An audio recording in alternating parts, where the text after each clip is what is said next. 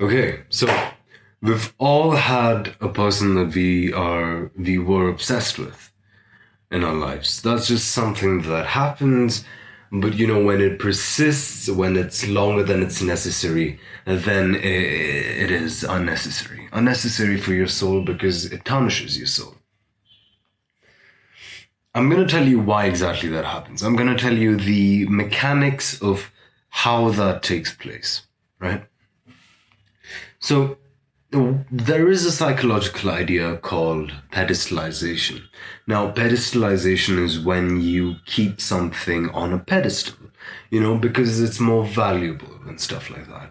This is the same place, for example, where we keep morality or where we keep, for example, the idea of God. They exist on a pedestal. That's why they're on pedestals. That's why when you're the first place of something, you're on a pedestal. It's a higher platform. This is something that we do that we almost symbolize value with.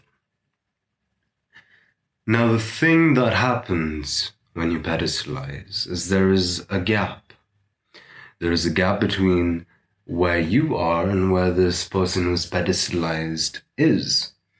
And therefore, because of this gap, you're unable to exactly see the person clearly. Now, this is the thing. It's very important. You're not exactly seeing the person clearly. You've given them more value than it is necessary.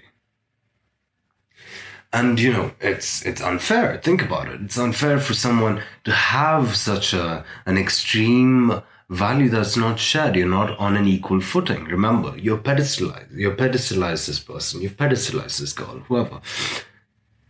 There is an uneven footing. You're not exactly in the same plane. There's nothing. This is one of the conditions whereby you can't exactly have a relationship. You can't have a relationship in any meaningful way with something that's so high above you. Now, I want you to pay attention to where else this mechanism happens. When people set goals. Now, what do people do when they set goals? They set very high abstract goals. For example, I can't just set a goal that says I want to earn $1 million. That's too vague. It's such a big goal that I don't know exactly where to start. And that's why I don't. Do you understand? Do you see what I'm trying to get at here?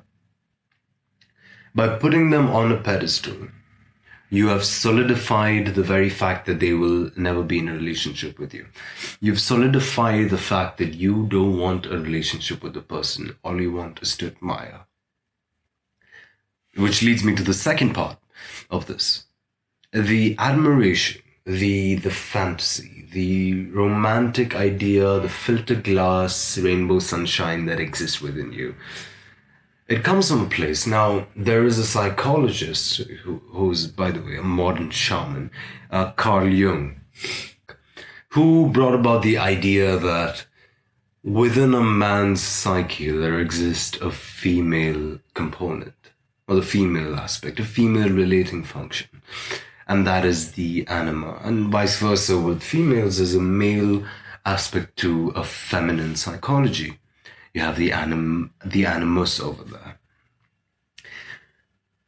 Have you noticed when you don't like anyone, when you're not on this prolonged time of liking someone, you still have internal criteria of who you would love? There are these, they're a certain way and they laugh a certain way and they have this tint of sadness, whatever the case may be. You have a certain constitution within you. And, you meet this person that you don't know. Remember, pedestalization, you cannot exactly know them. You've kept them on a pedestal. When you meet this person, and because you don't know them, it's a convenient target to project that, which comes to the third point. This is very essential, all right? It's called canvas. I call this canvas because have you noticed when you do art, when you draw or paint or whatever, you squint your eye a little bit, just to see and imagine some perfection within your art piece. Have you done that?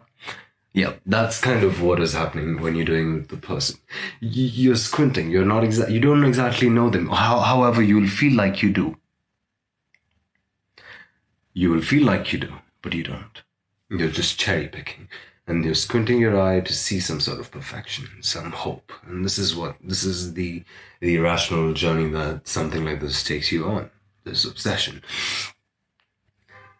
Some people are ideal canvases, because they in a way are not as expressive. They're not solid, and you don't get to know them. They're quite elusive, and they are almost perfect targets for your art piece. We never we never paint over something that's already painted on.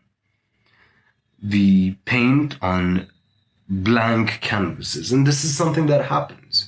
You paint on a person that you do not know. You see? And I think it's fundamentally unfair for you and for the person. You're forgetting the fact that they are human, that they go to the washroom and take a shit every day, perhaps. And they can't bear the weight of a god. No person can bear the weight of a god. It's too heavy, and no wonder they don't come close to you. This is how it is.